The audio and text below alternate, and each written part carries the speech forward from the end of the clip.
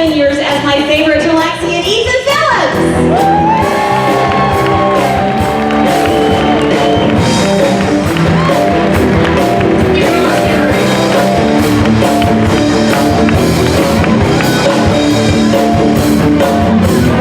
He's going hiking after this, apparently.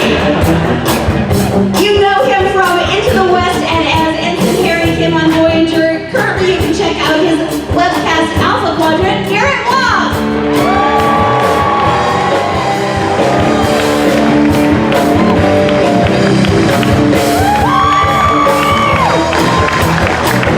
And you know her from Dark Skies, Boston Public, Shark, Body of Proof, Bosch, and she is 7 of 9 for 4 years on Voyager. Ladies and gentlemen, Jerry Ryan!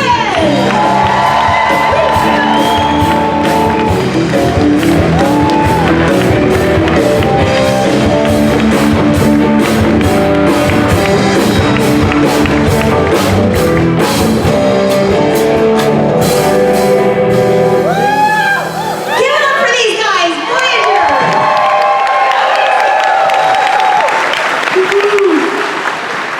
How are you all? Good, thank you. Super to see you. Good to be here.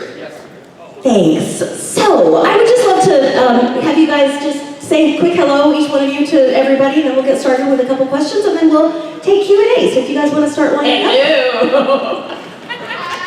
Hi guys, thanks for coming out, it's good to see you. Thanks for waking up and being here. Hi.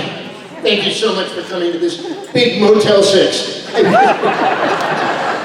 Thank you all for coming, and how long has it been? 27 years of seeing you guys back and forth, and my comrades on stage. Good to see you again. You know, now that the series is over, I can speak in my real voice. And I want to say to all of you, muchas gracias. And I want to say to all of you, may the force be with you.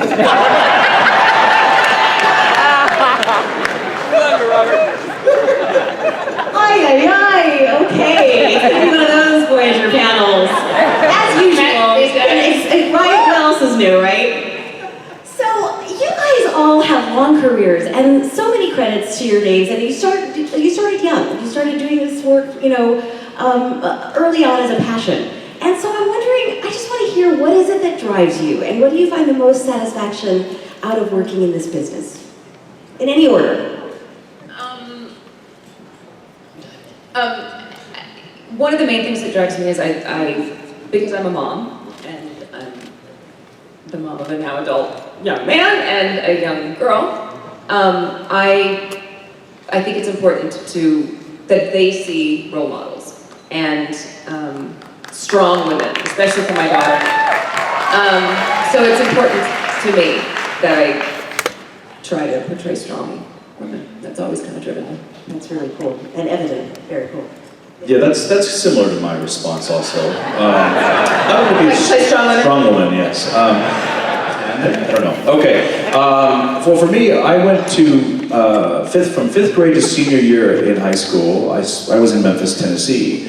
And Jerry Ryan was not far away from me. She was in this, Paducah, Kentucky, so kind of close. Really? There's not a Paducah person here. Oh, we've driven through Paducah! Oh, okay. So, essentially, spending 5th grade to senior year in high school in Memphis, Tennessee, I faced a lot of racism, and it was very difficult for me, day in and day out. So when I did get to Hollywood and I did start acting, and I threw away that dream of being a doctor, as every other Asian person in the world is trying to do, and I went ahead and went into acting. Thank you for the support. You are the morale officer on Voyager, so I love that. Okay, so I really wanted to portray a non-stereotypical character so that a young Asian man walking down the streets in Memphis, Tennessee, or anywhere in the South would not be picked on for his ethnicity. So getting onto Voyager was amazing. And I remember when I first was cast on the show, they asked me, do you have any concerns that you want us to keep in mind? And I said, yes. I said, please don't have Ensign Kim going into the mess hall and going up to a replicator and ordering a bowl of noodles or fried rice. Let's just not do the stereotypical stuff. Let's keep him Starfleet first, Asian second. And they actually thought about this because season 1, there's an episode where Kim has to go down on the planet and he has to wear a non-Starfleet uniform. It's just this, just casual wear. And they had this one top that was a little bit questionable because it folded over like an Asian garment. So I went down to the wardrobe department and they go, here it is. And I'm looking at it and I said, you know what, it looks okay. It's not that, it's not very Asian looking. And they said, by the way, this garment was already worn by someone else in the Star Trek universe. So it's a repurposed garment. I said, oh, who? They said, Patrick Stewart. Oh, I'll wear this as a turban. I'll put it as a diaper. Patrick Stewart wore this? Sure. So I'll do whatever you want, so thank you. Thank you, Chase, for the question. As a straight white Christian male, I've always felt less than in this society, put upon. And it's been very hard for me. This is a tough hotel. I'm just telling these guys, it's very hard. When I checked in, they didn't give me a key, they gave me a road map. No, seriously. They said, here's an ice bucket and a blanket, and I was told, good luck. This morning I called the room service. You know who answered? Satan. Very strange. I have a room with an adjoining towel. Can you believe that? No, the reason I went into, I've always wanted to be an actor ever since I was a little kid, because I figured I was born like all actors with this bizarre urge to behave privately in public. That's what I think it is. I think the real ones go into this business not for the money or anything else, but because they have this incredible, call it a compulsion, to do something interesting or mysterious or sexy or dangerous while an audience watches them, because it's part of the story that they want to be involved in, and they just feel that they're capable of pretending really well, and they love to show people what they look like. And I think that that's what actors have, and that's why we do what we do.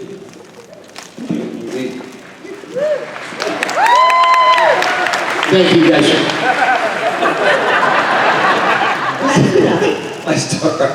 I started out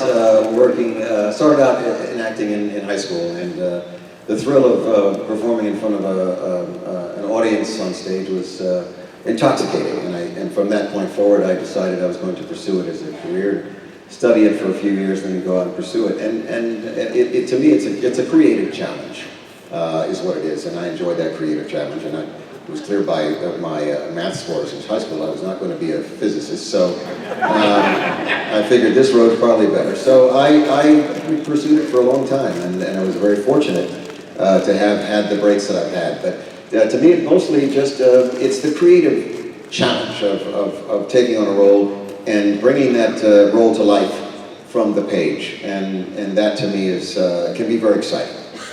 Particularly, I think where my colleagues will agree, I think live theater is probably a little bit more exciting than working in television and film. Just because of the nature of the performances and a live audience that can give you such visceral feedback. It's wonderful. So that's it. For me, it's majorly the creative challenge. I was in fourth grade, and we were doing a Christmas pageant at my elementary school, and I was chosen to play Joseph in the Christmas story, and this girl that I had a crush on was chosen to play the Virgin Mary. And we were puppets, so there was a table, and we were puppets like this, and there was a narrator saying stuff like, and Joseph and Mary were looking for the manger, but we had to be under the table very close together. And this girl, I had this huge crush on her. And so I forgot about the whole puppet thing, and I was just looking at her like this. And then she said, Robert, you have to move. And I was like, oh. Well, there was a light change when the morning star, whatever, was shining. And in that light change, the audience went, whoa! And that for me was like, that's my job. I'm going to do this for a long, long time. So yeah, it was the reaction from the audience, and also when you're doing film and TV, you can sometimes get a pretty good script, a challenging. But in the theater, you almost always get a good play. I mean, there are so many great plays and great roles in the theater, and so that's why I really gravitated towards the theater, because I like the challenge of Shakespeare and Ibsen and all those great classic playwrights. And Garrett, I remember you in Tennessee. Boy, we was waiting for you to come out. But we never got you. But it ain't too late, Garrett. Okay, well. I know Kung Fu.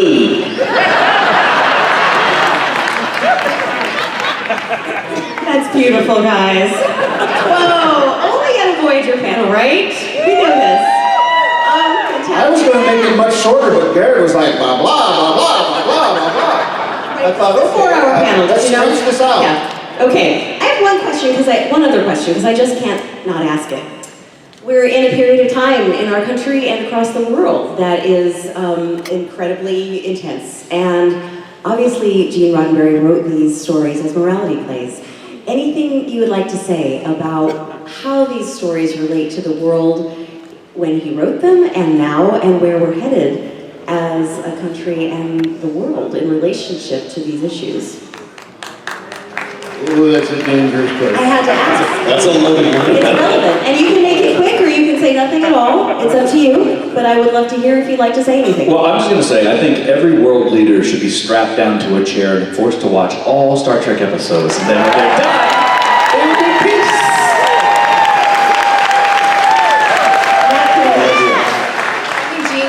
There's a quote that I've seen, people pass it around on the internet and things like that, from Gene, saying that, until we learn as a species, humanity, to embrace each other's differences and celebrate each other's differences and not fear each other's differences, we're doomed. We're never going to be able to make it as a species. And that's what his message was with the original series. That's what his message has been with all of these going forward, is to embrace the differences of a different species, for example, not just a different race of human or a different color of human or a different religion. And we have to learn to embrace each other and not be afraid of people who are different.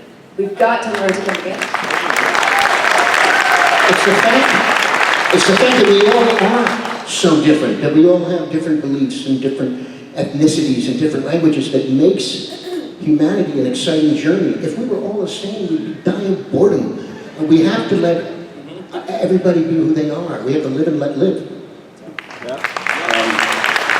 I think that, Star Trek takes place in the century it does, and I think it gives everybody a sense of optimism that in the future we will be able to work out all of our differences and live much more harmoniously. And if you think about it, over the centuries on this planet, there have been world conflicts, world wars, battles, and waged everywhere. And if you're thinking about right now, we do not have that. We've reached a point since World War II that there haven't been world conflicts. So I think we're moving very slowly, but inexorably forward. I think that eventually our cultures and ideologies will be homogenous. We will all be more universal in our understandings and beliefs and things like that. And I believe that as soon as our priorities shift from ideology to families, children, human beings in general, that is when we're going to make the move, and that's when it'll happen. It is a long process. We didn't get here overnight, and our cultural evolution will take a while as well. But if Star Trek is any indication, I think that we have a chance. And I think that we'll reach that point. It'll be very slow. It's not going to happen overnight.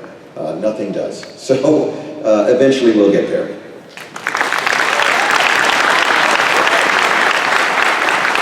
But Tim, I want it to happen overnight. Are you sure? So, I echo everything that everybody said. But I think that one of the problems is that, and I put myself in the same boat with everybody else, but I think humanity sort of has to mature. There's no reason why we should be afraid of science. There's no reason why we should be afraid of atomic energy. It's because, or nuclear energy. It's because people are afraid that some maniac is going to, kill a bunch of people. Well, we need to get rid of the maniacs. We need to embrace what we have at our disposal, all of our resources, and grow. We're still sort of in our junior high stage, I think, and that doesn't, I don't mean all of us, but some of us are, and I think Star Trek fans represent really the best of. You guys look like humanity. You guys look like the rest of the world, and there's a nugget inside of each one of you that has a hope and a faith, I think. So I think that we have a lot to teach by our example, and that's what I try to do. And I'm trying to get out of junior high school myself, but the trying is the goal. It's very important to recognize it and then try to actually. Yeah. Fantastic. I think that's the question that Gene would ask if you were here. So thank you all very much. Well said. Okay, so we've got a bunch of people on both sides. So let's take some questions. Let's start over there. And make your questions succinct, if you will. My question is for Mr. Ross. I'd like to hear his thoughts about when he was on the set of Supergirl playing, at least according to me, some version of Tuvok. It's with a mustache and goatee. I was booked on that gig, and I hadn't watched the show before that, so it was interesting to be able to go on and work with the lead actress, who was absolutely wonderful, as was the rest of the cast as well. And I thought it was kind of cool to be able to play a role of one of her fellow country or planet countrymen, where her home world is, and to be able to take the position that he did based on what happened in the history of their planet, which is the fact that it was destroyed and they can barely survive. And he has to be concerned with all of those things. So I thought it was pretty good. I'm pretty sure I showed a little bit more emotion in that than I normally do as Tuvok. So, albeit he was not very nice, but it was good. It was fun. Yeah, interestingly, I was originally set to do that role. And then at the very last minute, my agent never submitted me for it. So things didn't work out. Originally supposed to be 7 of 9, weren't you? They considered me, it was called 1 of 2 at the time, but yeah. And I had to follow Ethan. I mean, he was their first choice. And, it was an adjustment on my part. I was set to do Supergirl, but she turned me down. She said, absolutely not, you short little bald freak. Okay, that image of you in a Supergirl costume and a 7 of 9 costume is seared in my memory, in my brain. I can't get it out The rest of the day.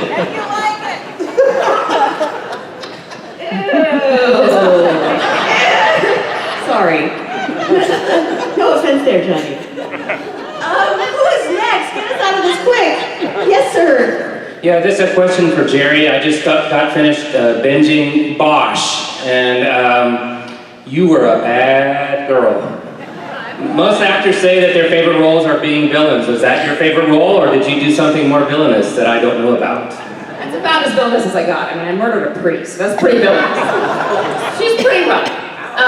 But it was a What a way to go. role, and a wonderful show and a wonderful group of people. And Titus Welliver, who I actually first met on Voyager. 'Cause Yeah, he's great. Does a Voyager. Is just a phenomenal actor. I don't know how many of you have seen Bosch, but you should look it up if you haven't. It's on Amazon. But he's amazing in it. Priest murderer? Well, yeah, among other things, that was bad. Hi, my question is for Jerry. Ms. Ryan, it was 1 year ago on this very stage that Marina Sirtis of the Next Generation cast was telling the audience about her negotiation problems with the studio for the movie Star Trek Nemesis back in 2002. She said at one point there was a low offer there, she didn't want it, and the studio said, well, if you don't accept this offer, we're going to fire you and replace you with Jerry Ryan. So obviously it didn't happen, but I was wondering if you ever became aware of that over time, and if you had any thoughts about it. Well, what's interesting is that was never mentioned to me. They did offer me a role in Nemesis to replace a different character. It was not Marina. I'm not sure. Yeah. Because it was ridiculous. There was absolutely no reason to replace this character with Nine, and it made no sense. So it obviously didn't do it. But it was not Marina, for the record. They may have used that as a negotiating tactic against her, which was not real nice, but that's not actually who they wanted to replace. Can I just throw something in there about Nemesis? I just want to say, I think Voyager, the Endgame, the final episode, the first hour was amazing. The second hour tied everything up too quickly, right? We end up in orbit of Earth. They should have aired the first hour on your television screen at the end saying, to be continued at a theater near you. And filmed a Voyager 2.5-hour movie, got rid of the Nemesis script. Because let's face it, if your TNG feature film script is not as good as certain TNG TV episodes, don't film it. Sorry, that's all.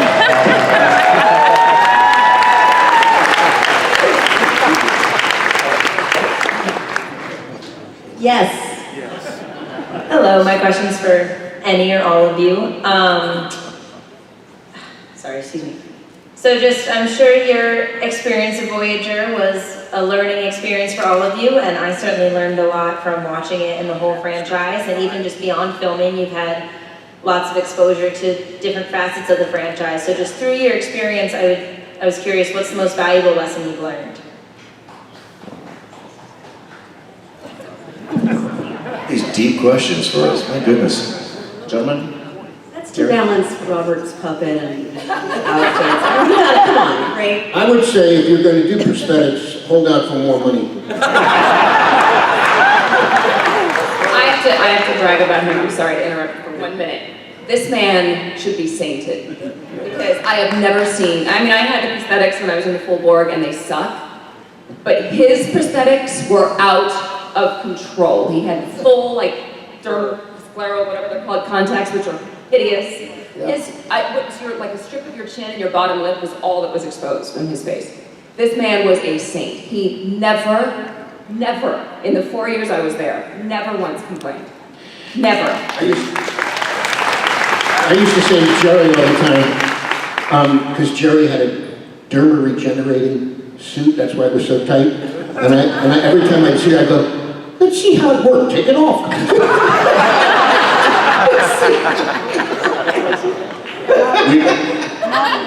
I don't know if you guys remember this. We were filming an episode on location. We were at Bronson Caves up in Los Angeles, and it was a very hot day, and it was just the sun was beating down, and all of us playing human characters were complaining. We were like, oh, bring us water. We need an umbrella for shade. Oh, this is horrible. And about after 30 minutes of this, and he had said nothing, right? Ethan Phillips is sitting there just watching us complain, and then finally he goes, enough! He goes, shut up! All of you, shut up! None of you is wearing a mattress on top of your head! I mean, it's like 6 inches of foam. It's like a mattress. And when he gets really animated and upset, his fake teeth fly out of his mouth. So that was just like, shut up! Shut up! Huh? Yeah, like a projectile. I think one of the, in answer to the question also, I think the main thing for myself was that, I realized after getting the role, intellectually, that the show had been a franchise for so many years, and that there had been, the conventions and the fan base that had grown for it. So I knew that it was going to be very interesting playing this part, having this role in this franchise. because of the fan base and the loyalty of the fan base and how long it had gone on. But I, as it were, I tell people when I went to go read for it, I mean, that day I could have just as easily been reading for Baywatch and gotten booked on that. I can't tell you what I would have looked like on the beach with Skippy, but anyway. It could have easily been that, but this experience has been remarkable. Again, I mentioned earlier, it's 27 years. 27 years, and we're still communing with the fans that are still asking for signatures and autographs and photos, and people around the world, if I go anywhere, they do recognize me from the show, and that is pretty remarkable for a series and for having been on this franchise that's gone so long. It's really amazing. Yes, that's it. Thank you.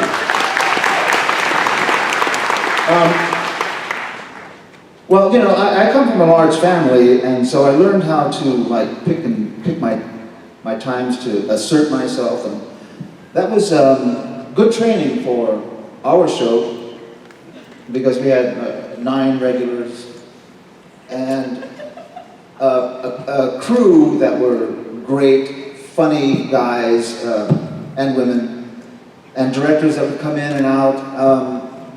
And you really had to learn how to modify whatever angst you might have been feeling on any certain day, any irritation you might have.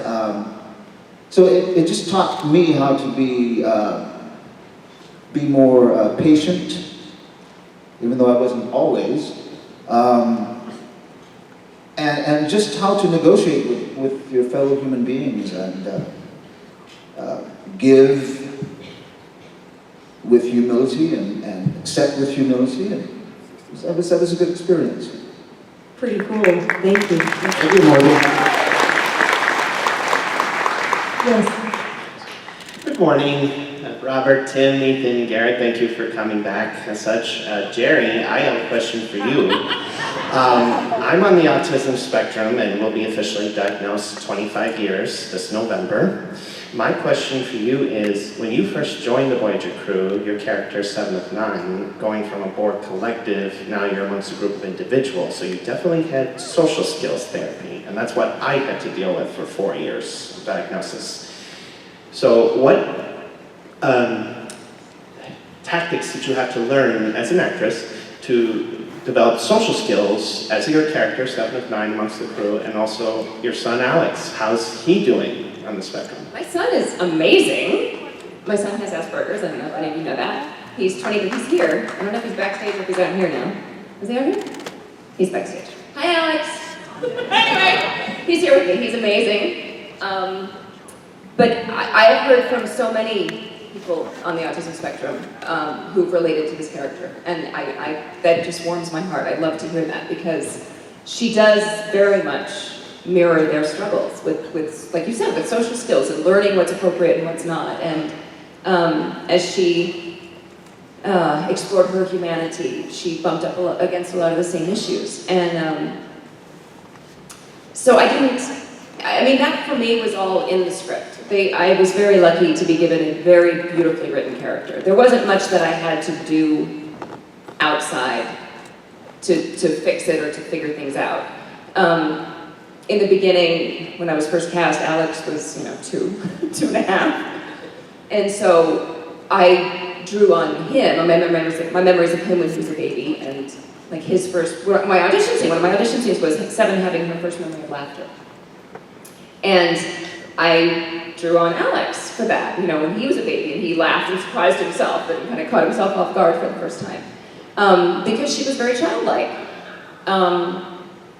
And very innocent in many, many ways. And I love that this was a character that so many people were able to relate to and sort of feel a connection with the struggles that they're going to and felt some help. So thank you. It's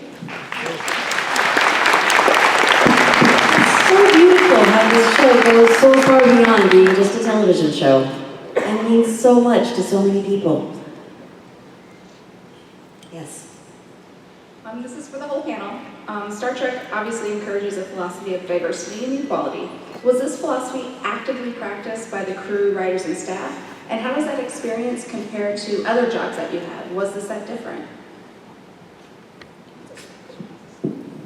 No, I had to take a knee every time I came to the set.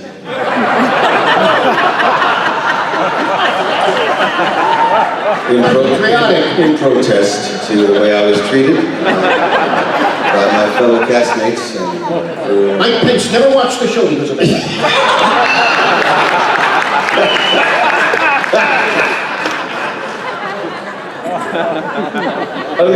I mean, just by the fact that the characters that they wrote, I mean, I think I think it is the most diverse of all the Star Trek cast out there. I mean, we really had everybody on this show, you know, almost complete across the board. We had a nice mixture of, you know, ethnicities on this show in comparison to the other ones, I think, right? and a female captain. And a female captain, yeah.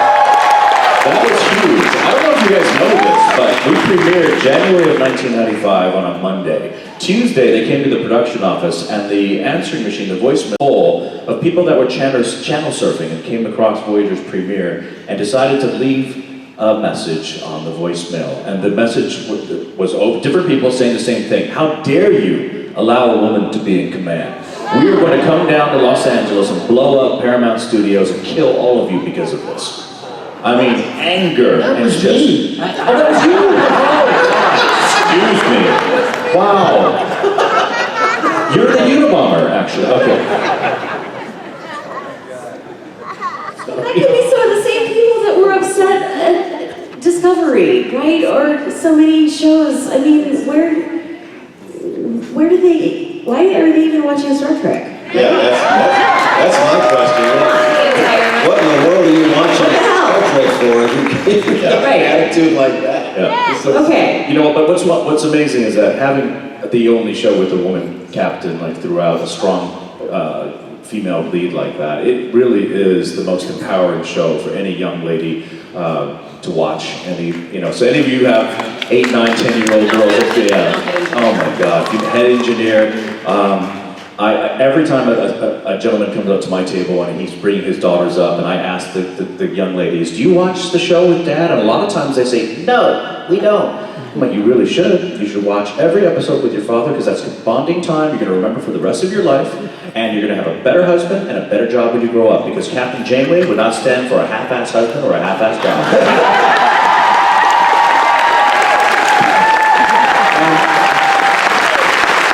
And look at how in real life that some of that's been mirrored, because we have women in charge, captains of ships in the Navy, and now flying frontline fighters off of aircraft carriers, single-seat fighters. Let me tell you how many cojones that takes to do. And may I add, a man in the kitchen.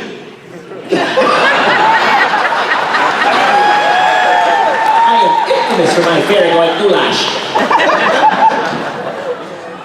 Okay, let's just go. Oh, we got this side now, yes, please. What was the question? I'm sorry. Never mind. No, of course it's important. I love you too, Can we answer your question seriously? Okay, here we go. Dare you? Hi. My sister actually thought of this question. She's in the audience. This is actually for Garrett. There was an episode, and I don't remember the name of it, where Harry Kim is killed. It involves a parallel universe, basically. Harry Kim is blown out into space, and then another version of himself basically replaces him from the parallel universe. Yes. My sister and I were both, huh? It's episode 154. Oh. We're being attacked by the Vidians, and the ship has phased into 2 different Voyagers. That's right. Yes. Yeah, my sister and I and my mom that was like a little creepy, because it's Harry Kim, but it's not. It's duplicate Kim. Right. I was just gonna ask your feelings about that when you found out. That I was going to be the duplicate? Yeah.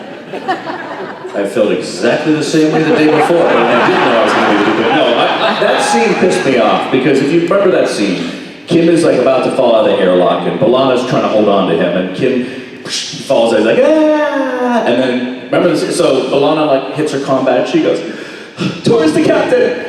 And then Janeway answers, go ahead.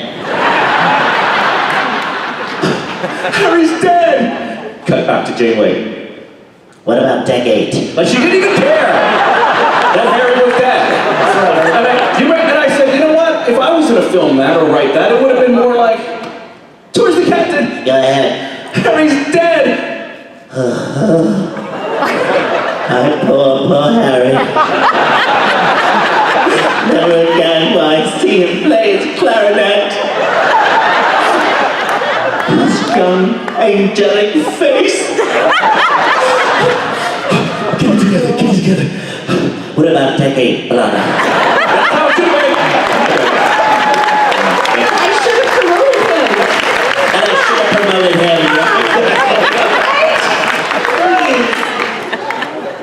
Okay. Jerry Ryan goes, oh yeah, you were ensign for 7 years.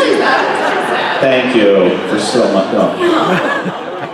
It's horrible. Here we go, over here. So I was wondering, you guys were on Voyager for 7 years, trying to get home, trying to get to a goal. What's your goal nowadays? What voyage are you guys on, and what are you trying to reach nowadays? I'm trying to reach the next year. I get there, I'm happy. Trying to make a better world for my kids to grow up in, and all of our kids to grow up in.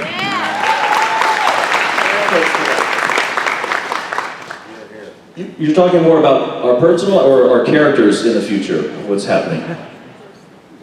More personal. Oh, personal, more personal. Because I was going to answer about what Kim was doing right now. Can I do that? Okay, that's better. So, Kim quit Starfleet because he never gets promoted. And then, he rents out the retail space, which is right next to the entrance of Starfleet headquarters in San Francisco. And he opens up Admiral Kim's Bar and Grill. T-shirt shop. That's a very, Right. very deep question, sir. I commend you. I don't know. You know, I'm trying to keep the world that I come in contact with.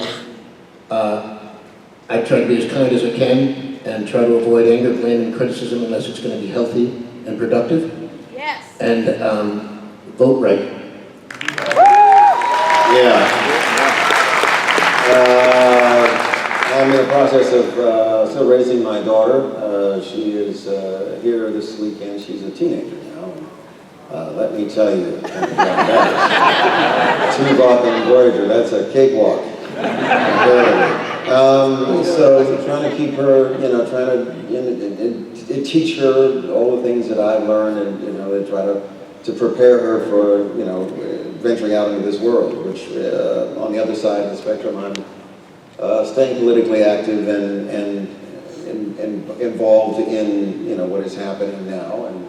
And just as a general note, I mean, as my perspective goes, and I could be preaching to the choir here since it is mostly a Star Trek crowd, you know, I was around during the 60s and 70s when we had the riots for civil rights and for Vietnam. It was a very violent time. Some of my colleagues here remember that as well. And, you know, it is absolutely nothing like what we are going through today. And this is, it's untenable. It has to stop. Yes. It has to go. It has to go. I'm sorry, but whatever side of the political spectrum we may be on, there is no excuse for this. Okay? And we can make it stop.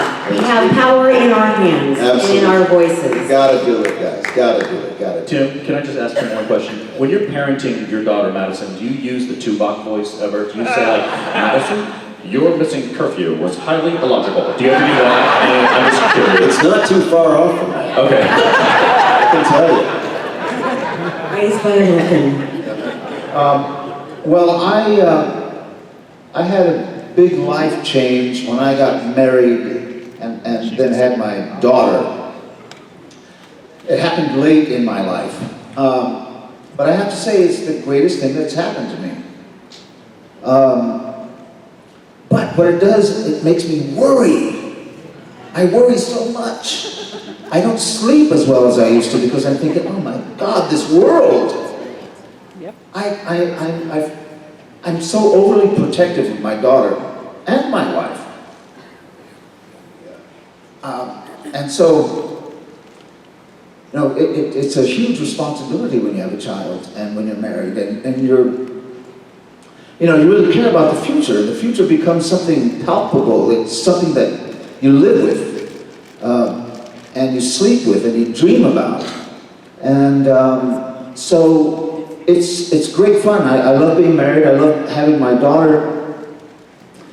But there's a huge responsibility, and I have to just say, echo what Tim is saying, is that forget about the media.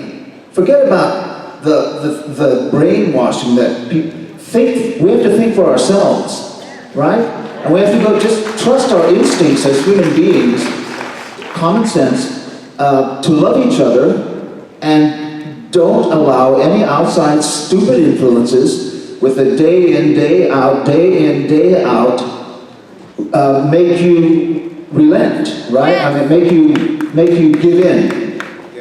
Yeah. So that's what I'm trying to teach my daughters, just to think on her own 2 feet, think logically. And so it's just, yeah. And think for ourselves, as ourselves being all of us, the community of humanity, right? Because one of the credos of Star Trek is really that there is no them.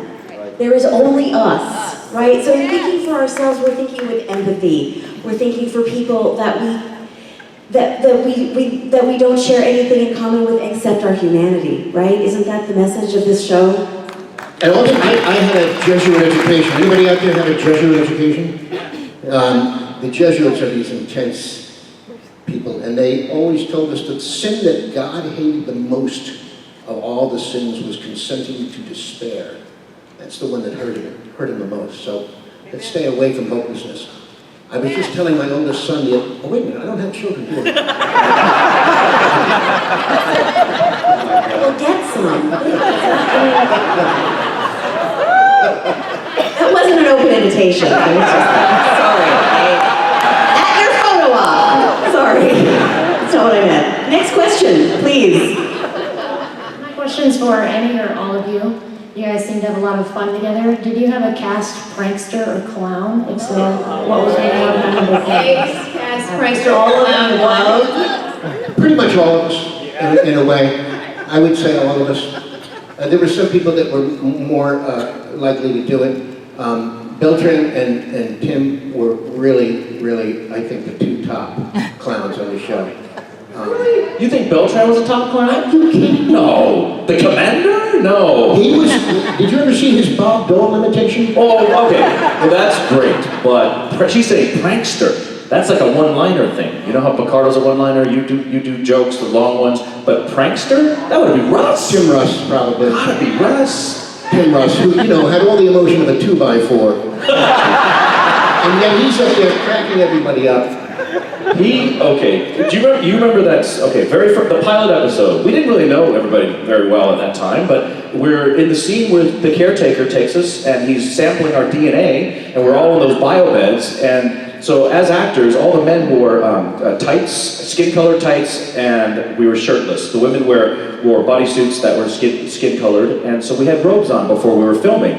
And Tim Russ had his robe on, and he makes an announcement in front of the entire crew and the cast. He goes, I just want to say before I take my robe off, I want everyone to please not laugh or make any comments or, stare. And we're thinking, what is underneath that robe, Does he have leprosy, an extra appendage? What's happening? And so then he takes off his robe and half the room starts laughing. I'm like, what's going on? He starts rotating, and we know and I don't know what's happening until he's now in profile from my view, and I see that he's stuffed about 30 pairs of socks in his little, his tights. So now it looks like he has elephantitis of the penis. It's huge, right? And we're just like, that's the Vulcan. He's so mild-mannered and he's doing this, So that's when we knew he's the prankster. Oh my God, it's always the quiet ones you have to be concerned about. So I wasn't there for that. You are very educational for me. I remember Tim and Johnny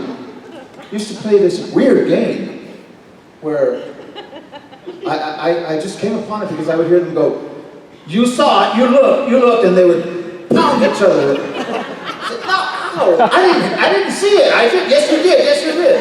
And I was like, "What are you guys doing?" And they would do this thing. They would make a circle, right? And if the other person looked at it, I guess, you get to punch him. But if you put your finger in the circle, pull it out, then you get to punch the other guy. Yeah. What it was. Well, I didn't quite get the rules, so one time I did this to Johnny. Hey, Johnny, look. And he looked at it, and I pow! There were a lot of rules. You couldn't do it above your shoulder. When you hit the guy, if you didn't wipe it off, he got to hit you. If he stuck his finger in a circle and you grabbed it before he could get it out, you got to hit him. There were all these rules. Tim and I did it all through season 3, 4, and 5. I came home with bruises on my shoulder. You really hit me hard. Well, you hit me hard too. How often was it? There were moments. You didn't want to catch us all in the turbo lift before the doors opened, because that's a whole different ballgame. You guys are nasty. If we're all standing in the turbo lift and we all spill out onto the bridge or whatever, yeah, what was going on in that turbo lift? There was nothing about what They say Tim's nickname is the gas giant. Let's move on. Tim would make an announcement on the bridge. He goes, "I'm going to go home and I'm going to eat granola and every other food that will produce more flatulence." Okay. All right. I think we're good, right? Anybody else? We're good. Right? Move on. That's very serious. We'd always say, I would say, Captain, I'm reading a gaseous anomaly coming from Tuvok Station. I hope you're getting all of this StarTrek.com. All of it. Okay, next, please, rescue us. Save us. Hi, good morning. I know you have amazing fans that adore you and give you hugs, but I was just wondering if there were some poorly behaved fans that might have crossed a line, and if you had any stories you wanted to share. Oh my. Do you want, okay, I'm sitting in this autograph table in Birmingham, England, and this fan wheels past in a wheelchair, and she's dressed beautifully, beautiful dress. She had one leg though, and she had a beautiful pump on the one leg she had, and she wheeled past, she goes, "Hi, Kim!" And I said, "Oh, hello," and she wheels off, and I'm signing. Hour later, she comes back, and now she is completely inebriated, okay? So she's been drinking shots, and she comes up to the front of the table, and she wheels up, and she lunges out of her wheelchair onto the signing table and scurries up to me and grabs me my shirt and just pulls me up against her. And she goes, "Oh, I like your shirt." I'm like, and I'm going, "Thank you." And I can smell the alcohol in her breath, right? And she's looking at me with this look of desire. And she goes, it's horrifying. She goes, "Will you be my after-dinner mint?" And at that point I go, I have a girlfriend, I'm sorry. So the look of desire and lust, when the minute I said I had a girlfriend, turned to anger and Satan came out of her, right? And she went, she let go of my shirt, she reared back, and I saw her hand come in slow motion, right? It's coming in like that. I'm going, "Oh no!" And all the staff and the crew members, security, they're like, "No." And that hand kept coming and connected so hard, she knocked me out of my chair. Oh my God. I got slapped. I got the bejesus slapped out of me, and I fell on the floor, right? I'm like, oh. And I got up, and she slinkered back into her chair and just wheeled off. And everyone was just like,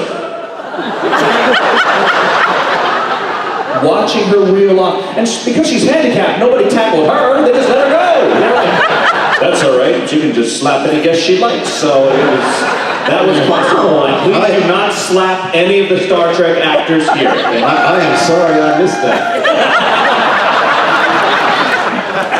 I'm not going to Birmingham anymore.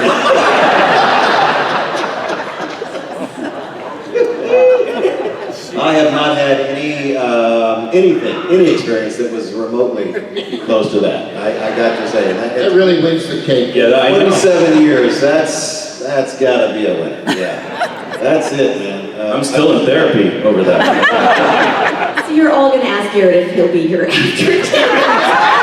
I should make a t-shirt like that.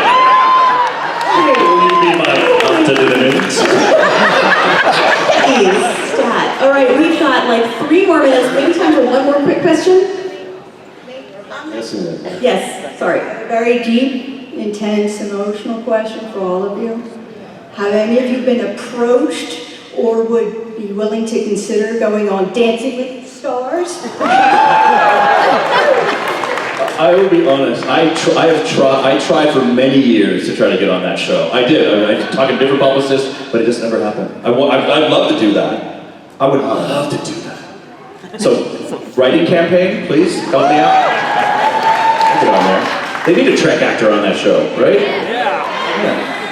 I'll go on it if I can just. You did? Look at that. They offered Jerry Ryan the first season. You should have said, Garrett will do it. That's what you should have done. I know. I'll do it if I can just tap my foot.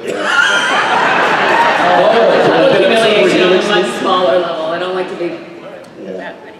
Okay, so we've got just 2 minutes left. I'm sorry, I think we're gonna have to, oh, this is so hard. Okay, fast. This is not a question, this is just a statement. It's really a treat. I always love seeing you on, hearing from you. And I just want you to know today was a little different. You all were really inspirational. And I thank you for your words. Thank you. Also, as the quote in Star Trek, The Undiscovered Country, you have restored my faith. The next generation of Starfleet, we've got to have it. Yeah, come on, one more. So if you guys were going to be doing a rerun of any episode from the Voyager series, which episode would that be? We were going to do it. Timeless. A rerun of any of the episodes that we have from Voyager? I would say that the pilot, because it's 2 episodes, we get 2 paychecks.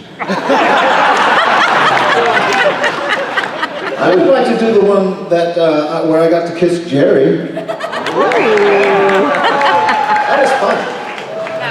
I would do Futures End 1 and 2 because I got a chance to hang out all over the city of LA in our beautiful spring weather and in my city's clothes in the time travel, along with Sarah Silverstein and Silverman and Robbie.